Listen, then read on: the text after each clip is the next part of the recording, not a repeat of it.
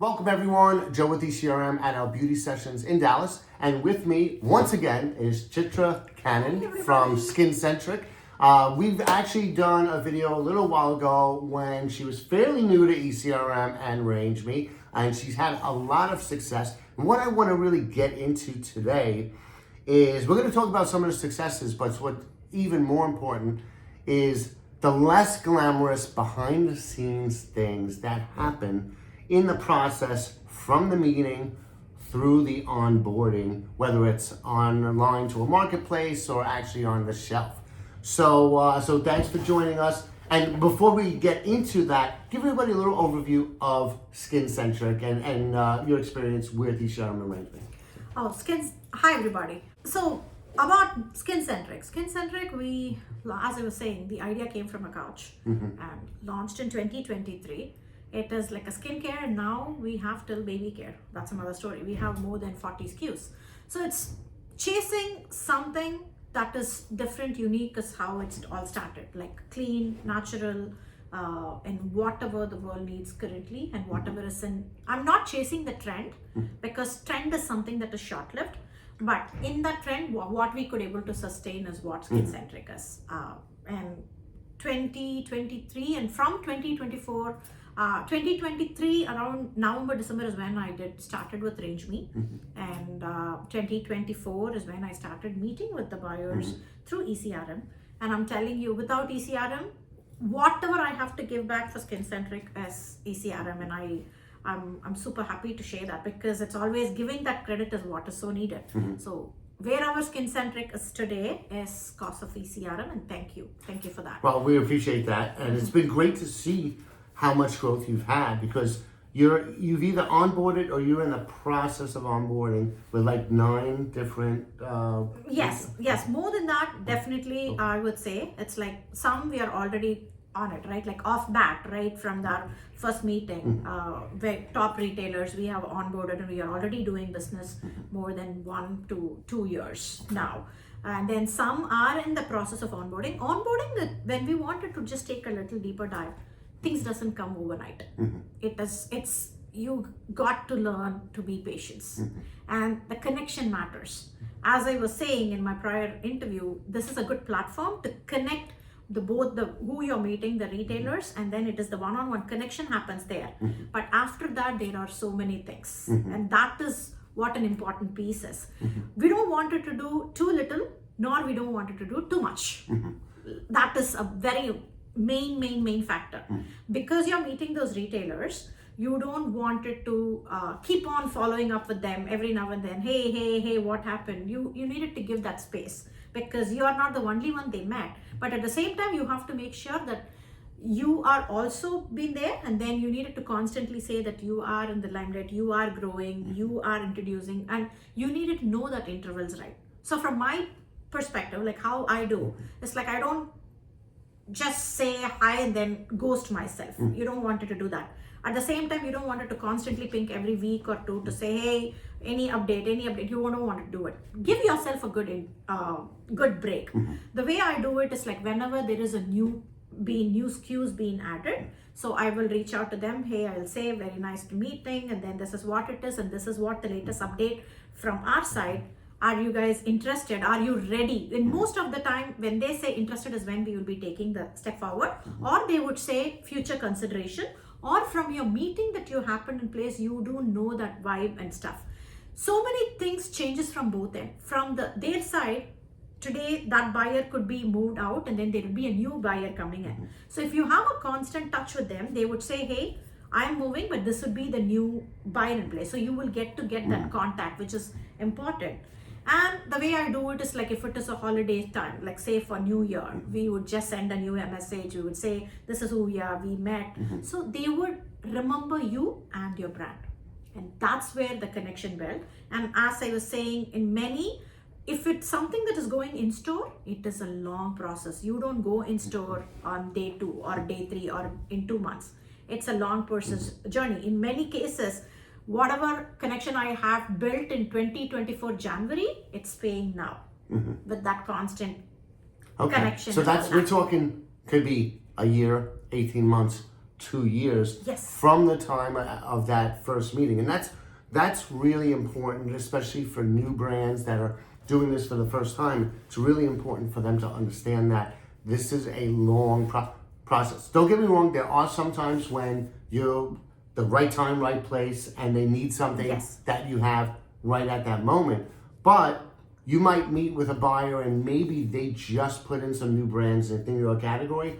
Well, first you got to wait for those for them to see how those brands do before they even consider, and that could be a year, 2 years. But then, like you said, buyers change desks and things like that. But I like the way you message them because you're always offering them something of value in the communication. So it's like, okay, here we have a new SKU, or here, this is something new, or holiday Or I or would something. say, like, if you have onboarded into new retail markets, I would keep that also as an update. In many places now, I have gone into target marketplace, just another addition. So I would give that update to many.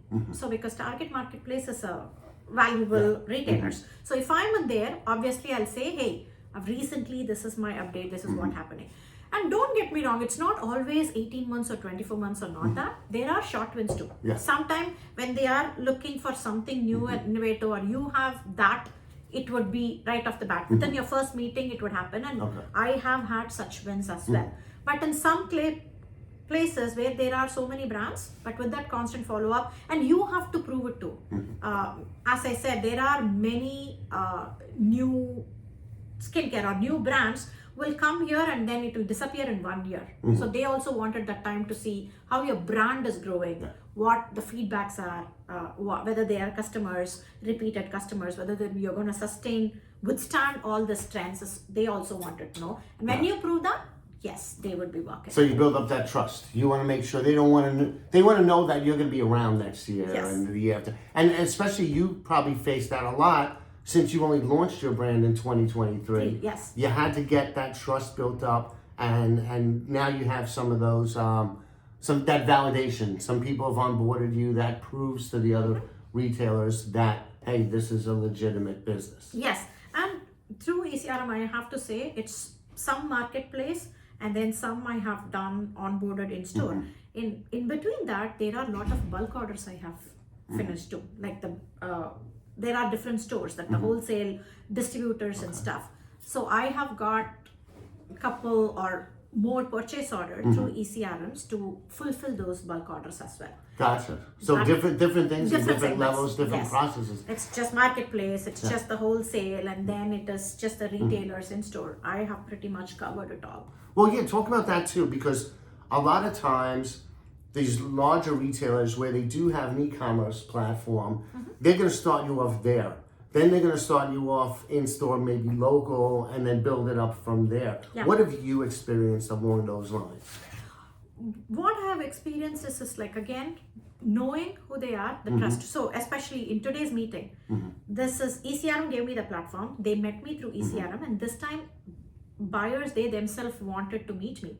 So they invited me to be in here. All this happened because of this platform. And then that consistency, they have seen, okay, this brand is something, and when that category comes, even they are looking for you. It is not always you have to look at, but when they know that we are registered, we are an ECRM, then they could able to call us, connect, they wanted to have that discussion and then take it forward. So there are different segments. It's that you needed to be open, and you need to know how you wanted to do. One thing I would say is, like, if you are an emerging brand, or if you are new, expanding in this region or expanding in this nation, do not, just because you get it, just because if they offer, you also don't want to burn yourself going too big at the same time. Because imagine about the production cost. Imagine what you needed to do. If they say that, okay, I'm ready to launch you in 3,000 stores. Imagine 3,000 stores into how many SKUs, into how many production. That is all from you. So you also don't want it to burn yourself. So start slow, know that where is your comfort zone is, and accordingly play with it is what I say. Little by little, start regionally. Like even if they offer you 500 stores, if you can't handle that, do not do it, because nothing will burn you worse than taking an order that you cannot fulfill. Exactly. And then you make the retailer look bad, or you make that buyer look bad for bringing you on. So start what you can handle. I always say it's really important to be transparent, both in what your capabilities are, but also what your capabilities are not. If you can't fulfill it, let them know. Say, listen, I can't do 500 stores. I could do 100 stores. Yes. And let's do them in this area. That works for me. They'll respect that, right? Oh, they definitely respect that. You could able to pick and choose, like whether you wanted Southeast region, Northeast region. I wanted to go with 100 stores. Let's start with the major stores because you would have the data. They may not have the data. Excuse me, for that particular retailers, but you have the data. Okay. If you go in and to look, if for myself, when I look at it, major cities is where my major sales are, rather than small urban places like California, places like New York, Florida, Chicago. These are all where like my highest sales comes from. Okay. So when you know that, when you have the data, when you wanted to go in stores, just because you wanted to go, do not go in a place like where there is not already sales making up, because there you have to prove who your brand is, what you're doing. Rather, if you focus on the places where you are already selling more, them seeing this in store would be a increased boost, and from there you can go in. Okay, That's so how I little by mix it little, and then again, establishing that proof, validating that you are doing well. So maybe it's good for them to also start small with smaller retailers, like independent retailers in an area, build that up, and then use that as a launching pad? Yes, you can definitely do that. And one other thing, using that independent thing, what I wanted to say, my story is, I was doing all this retailers, marketplace and all that.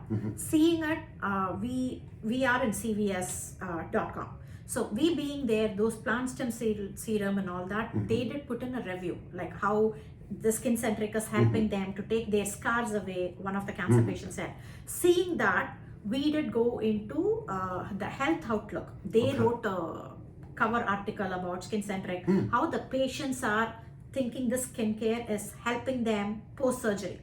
After seeing it, one of the aesthetic med spa reached out to us. Usually they would have their top brands. They said, we wanted to do it, and it is based out of Dallas, Texas. It's called Aesthetic Harmony. It's a med spa.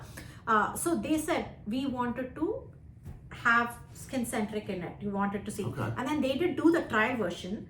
They did do it. And today they have the Skin Centric special facials available, which they use the turmeric related product and do it. So you can grow as little. You never know how you're going to grow. But wherever you see that opportunity, wherever it is, you can able to go with small stores. And in Texas, Dallas, it is available in a lot of Indian markets too. As I'm launching my next thing in India, here more than 10-15 of the Indian markets does have this in place. Like even in malls. So those are all not my chain of retailers, but a standalone mom and pop shop, but it is available there. You needed to know. That brings up a good point, because a lot of times a new brand, they got their eyes on the biggest and only the biggest, and they want to get everywhere. But you're kind of putting yourself everywhere where the key consumer is, regardless of whether it's an online marketplace, an independent retailer, a med spa, whatever the channel might be. And that's the other thing, is don't limit yourself to one specific channel, because you want to think in where your customers are, right? Yes, that is true. And I also look for an opportunity where it is coming. Like as you all know, I also own 4 schools. So in my schools, when I came to know that there are hand soaps and hand sanitizers needed it, already I have a manufacturing unit. I felt like, why not produce it? So I started doing the hand soaps, the foam soaps and everything from Skin Centric with a different fragrance for us. And now I can take that to all hotels, all restaurants, because everybody needs hand soap. It's not thing. So I have expanded a separate market within that. But that opportunity, I keep myself open. Like wherever there is a opportunity, I don't leave a stone unturned. That's how. And it makes sense, because if somebody is in the hotel and they're using your hand soap or your the liquid soap, the brand is staying in front of them wherever they are. Yes, that's how I see, and that's how look for an opportunity and then go and grab it. But all started ECRM. Again, I'm coming. If not ECRM, I wouldn't be where I am. And one decision that I feel I have taken it best is getting in touch with Range Me and then ECRM. Well, you know how to work it, and that's the thing. By the way, I have to say, my mom is a fanatic about, what is it, the Cicaderm cream? Cicaderm cream. Yeah, Cicaderm, because she loves it. She went through the first sample I brought her, and now I have to buy it for her all the time whenever she has an occasion or something, because she goes through it really fast. I think I'm making it. I would love to have her do a small video and give it. So I think I'll see if I can get her. See if I can get her to do that. She's not as into being in front of the camera as I am. Maybe on her skin or like on her hand. We'll figure out a way to do it and make it happen. But I think what's cool that you pointed out is, you know, the non-glamorous side of getting on the shelf. Patience. Because patience, just that grind, that persistence, and consistency. Right? But you have to strike that balance of how often is often enough, and then what's too much. You want to avoid what's too much, and it's a fine line, and it might vary from one to another. Definitely. I think, as you rightly said, it's a fine line. The reason is, in 9 out of 10, wherever I have done it, and in 1 or 2, they would be changing. They would be changing tables. Today, the buyer. Tomorrow, somebody new's come. But when you maintain that relationship with them, when you meet them, like couple times, like whoever I saw in 2023, I see now. So they know me by name, and I do know them. So when that happened, they do give a handshake, like proper smooth transition. Hey, from today, this is the new buyer. And then they will do that introduction to make your job easy. If you are meeting with a buyer, you are working with them. Tomorrow, if they leave and somebody else comes, you kind of lost that connection there, right? But how would happen when you are in touch with them? They do that handshake, and then they do pass that, give you that smooth transition, and then you could able to establish that relation with the new buyer. So maintaining that consistency of communication keeps you in front of them. And that's also brings up another point of, it's important to show up more than once at these face-to-face opportunities, connecting online. So we've all heard that saying, like advertising saying, they need to see you 7 times before it kind of sticks. So now I'm not saying it's just to get you guys to keep coming back to register this year, but it's important. Definitely needed. Maybe the first 2 years when I was coming often. Now I still make a point in coming, even though it's the same buyer this year. I'll be coming again in June. It's like being there. It's like if you are doing 4 times in a year, you still wanted to maybe do 2, but then 1, and you needed to know you. And as I was asking while I was coming up, you are still bringing in a lot of new retailers every time. That you have not stopped growing there. It's not that the same folks. You are always, there is somebody new coming in here. So I think that relation, that maintenance is much needed. Yeah, and the channels too, don't get too pigeonholed into one particular channel, because we still have catalog companies, paper catalog companies that come. I did an interview with them a little while ago, and the thing is, it's an older crowd, but their dozen or so catalogs reach 50 million people that still order through phone calls. And you know what? If your products are relevant for them, that's an untapped market. You have airport stores. You have all the different convenience. You have specialty. So there's so many different channels. You got travel, hotels, airlines, all that. So these are all places where people buy stuff, and you don't want to get locked into one particular thing. That's true. I completely agree that. Yeah. Well, you have a new products, a new category you're getting into. I'm going to grab the products here. Talk about these. So you're getting into the baby care category. Yes, I did see. Can you give this away yet? Can you talk about it? Yes. Okay. You can take it. As you could see, I got a head to toe shampoo, and then a body lotion, and then the diaper. A little story behind it. As I have schools, I do see parents struggle with the diaper rash, and it's so worse that it even bleeds. So when I see it, when they take it, sometimes you needed a strong sterile, what do you call it? Like, I forgot. I don't. Steroids. Oh, Sorry. steroids. The royal Yeah, cream. that Yeah. sometimes they do give the Okay. steroid Yes, medication yeah. to heal that. So when I was seeing it, I felt like why we can't do something that is natural and clean. So we were working on the formulas for long, and then finally we came up with one that is very natural, safe, based with of beef oil, coconut oil, and all of it.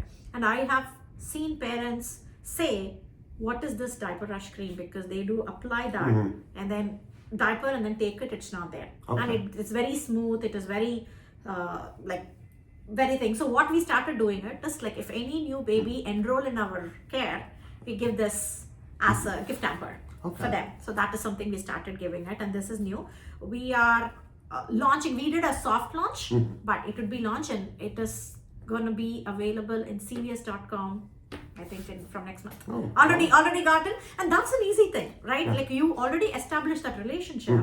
Now anything new SKUs you add, it's easy to get. You don't have to do the exact struggle what you did in when you are a newbie. Yes.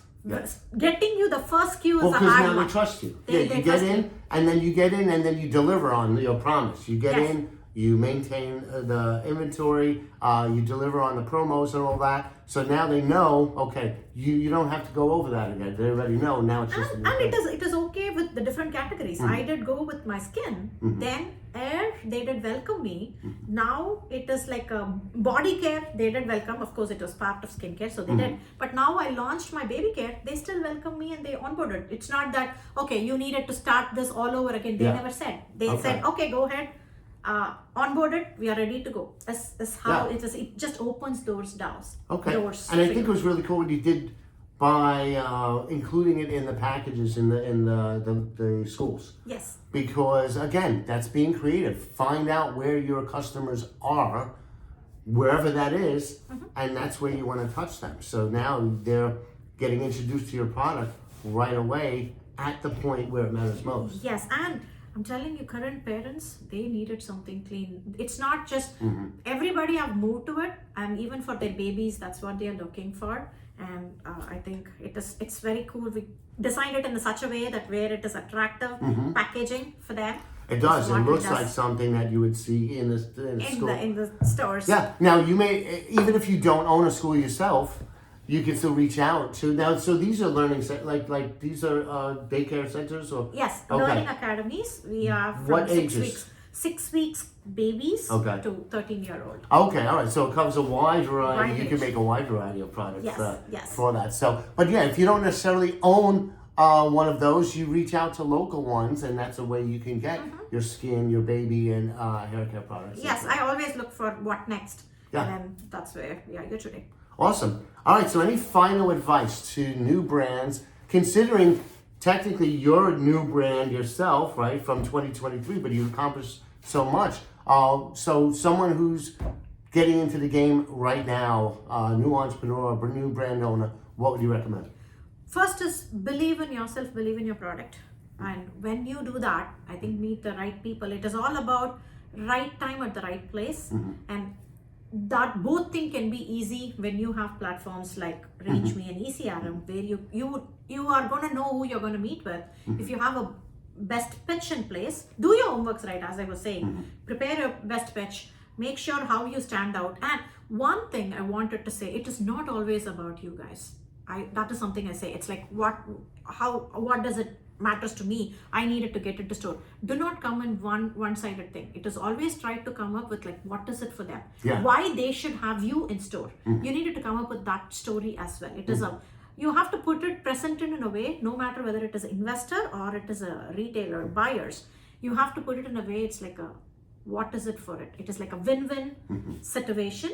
Why you guys need us and why we need you. Come up with that story. And that is how you needed to present it. Because many times I've always seen as an investor, when somebody comes in, it say like, we are this, we are that. It is always from one-sided. And that is not what they are looking for. Yes. So come up with that story. Okay, so it's got to be about them, about the buyer, about the investor, how they're going to benefit. About the consumers, about everybody. consumers, and how everybody's going to win. Not just how great your product is. Because everybody's going to think their product is the best. Everybody loves their own babies. Yes. So, but it's got to be how is everybody going to win? Everybody going to be successful and grow and profit from the relationship. Grow together. Yes. It's the mantra. Awesome. Well, thank you again. It's always Thank great you to so see you. much. Always. All right. So Skin Centric.